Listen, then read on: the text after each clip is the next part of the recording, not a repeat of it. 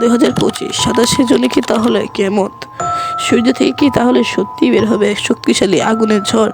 তাহলে কি ডাইনোসরের মতো মানুষের কাহিনীও লেখা থাকবে ইতিহাসের পাতায়? শুনতে অবাস্তব মনে হলেও এটাই সত্যি। এটা বুঝতে আমারও অনেক সময় লেগে গিয়েছিল। একদিন আমি বসেছিলাম, তখনই আমার সামনে একটি ভিডিও আসে। যে ভিডিওটা ছিল নাসার পক্ষ থেকে, নাসার অফিসিয়াল ইউটিউব চ্যানেলের পক্ষ থেকে। আমি ভিডিওটা পুরোটা দেখি, দেন আমি বাইরে চলে যাই একটু ঘোরাঘুরি করতে। দেন আমি আমার বন্ধুর সাথে সাক্ষাৎ করি। দেন আমার বন্ধু আমাকে সেই সম্পর্কে বলে। সে আমাকে বলে যে 2025 সালের 27শে জুন আমাদের পৃথিবীতে সূর্য থেকে নির্গত হয় প্রতিদিনই এক সৌরঝড়ের মাধ্যমে পৃথিবীতে বিভিন্ন রঙ বেরঙের কিছু ঝলক দেখা যায়। তো আমি শুনে প্রথম হ্যাঁ ভালো ভালো কথা শুনি। দেন এইগুলার সৌন্দর্য সম্পর্কে ব্যাখ্যা করে। দেন হঠাৎ তার মাথায় এই কথাটা চলে আসে যে 2025 সালের 27শে জুন এমন একটি শক্তিশালী সৌরঝড় পৃথিবীতে অ্যাটাক করতে চলেছে যা কিনা ইতিহাসে এর আগে কখনো ঘটেনি। এই সূর্য ঝড়ের একটি বিশেষ কারণ হচ্ছে সূর্যের ভেতরে থাকা নিউক্লিয়ার ফিউশন। যখন সূর্যের ভেতরে অতিরিক্ত তাপ উৎপন্ন হয়ে যায় বা সূর্যের ভেতরে যে মুভমেন্ট চলে সেটা যখন অতিরিক্ত হয়ে যায়, তখন সূর্য থেকে প্রতিদিনই পৃথিবীর গায়ে একটি সৌরঝড় আঁকড়ে পড়ে। অ্যান্ড দেন সে আমাকে বলে যে এই সৌরঝড়টি 2025 সালের 27শে মে পৃথিবীতে আঘাত হানবে এবং অন্য সৌরঝড় যেখানে আসতে অনেক দিন সময় লাগে, এই সৌরঝড়টি মাত্র 5-6 ঘন্টার মধ্যেই পৌঁছে যাবে, কারণ এটি অনেক তীব্র এবং শক্তিশালী। এটির সামনে শুক্র, বুধ এবং কি অন্যান্য গ্রহরাও কিছু না, এবং আমাদের চাঁদও এটিকে আটকাতে পারবে না, কারণ এটি প্রচুর শক্তিশালী। এবং চাঁদের ম্যাগনেটিক ফিল্ড পৃথিবীর ম্যাগনেটিক ফিল্ডের সামনে কিছু না, এবং পৃথিবীর ম্যাগনেটিক ফিল্ড যেখানে এই সৌরজগৎটিকে আটকাতে পারবে না, সো চাঁদের ম্যাগনেটিক ফিল্ডের কথা তো বললামই না। তো এখন কথায় আসা যাক অন্যান্য গ্রহের কি হবে।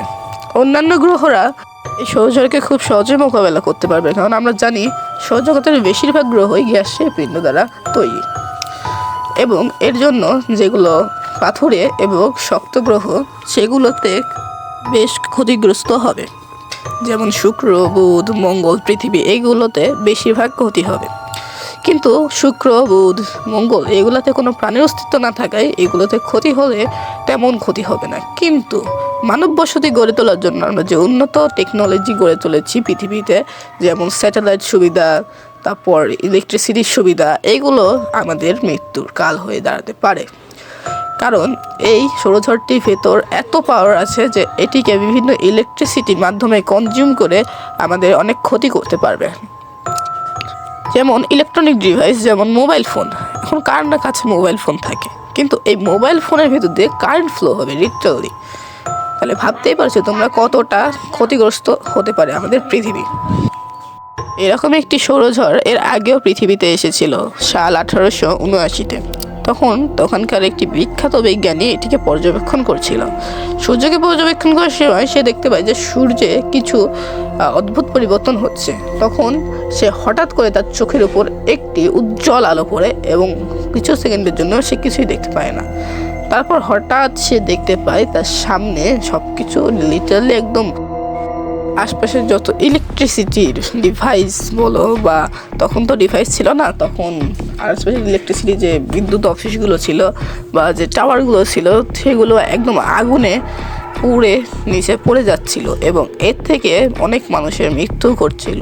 কারোর বাড়ির উপর পড়ছিল, তো আবার কারোর গাড়ির উপর, এমন করে পড়তে এবং আগে স্যাটেলাইট ব্যবস্থা ছিল না, এখন পৃথিবীতে স্যাটেলাইট ব্যবস্থা আছে। স্যাটেলাইট ব্যবস্থা যেমন আমাদের সুবিধা করে, তেমনি সৌরজগতের ক্ষেত্রে সে আমাদের তথ্যটা ঠিকই দিবে, বাট সেটা আমাদের মৃত্যুর কালও হতে পারে। মানব জাতির ইতিহাস থেকে মুছে দেওয়ার জন্য এই স্যাটেলাইটই যথেষ্ট।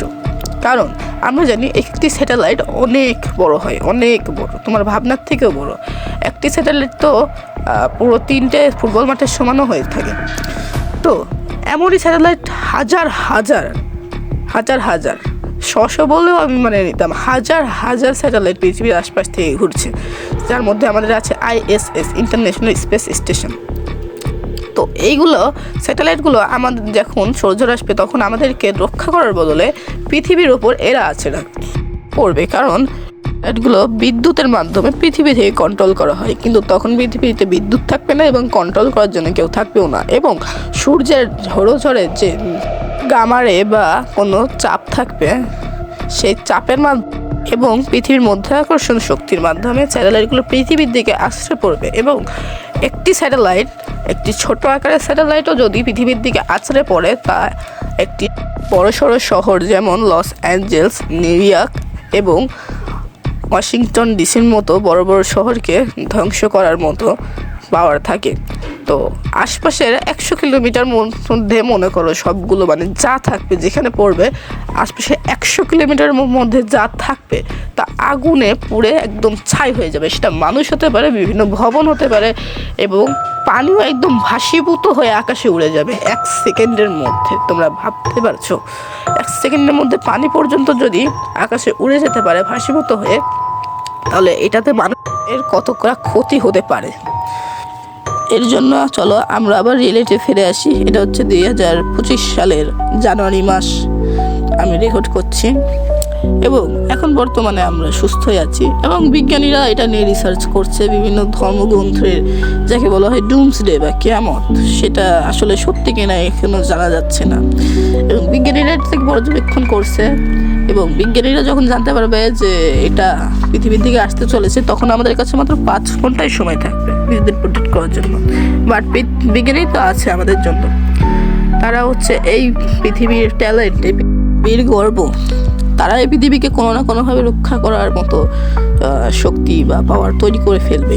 তো আমরা বিজ্ঞানীর উপর ভরসা রেখে, বিশ্বাস রেখে, এবং অবশ্যই যে ধর্ম থেকেই হোক প্রে করো।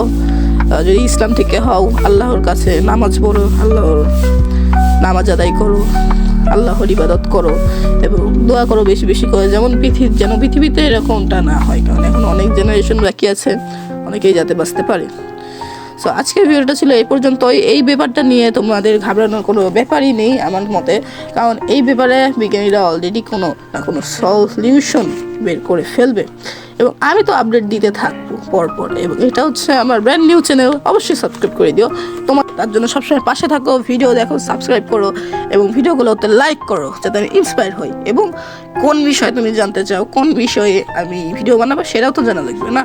এর জন্য অবশ্যই কমেন্টে বলো যে কোন বিষয়টা তোমার বেশি ইন্টারেস্টিং লাগে, বা কোন বিষয় নিয়ে তুমি ঘাবড়ে আছো।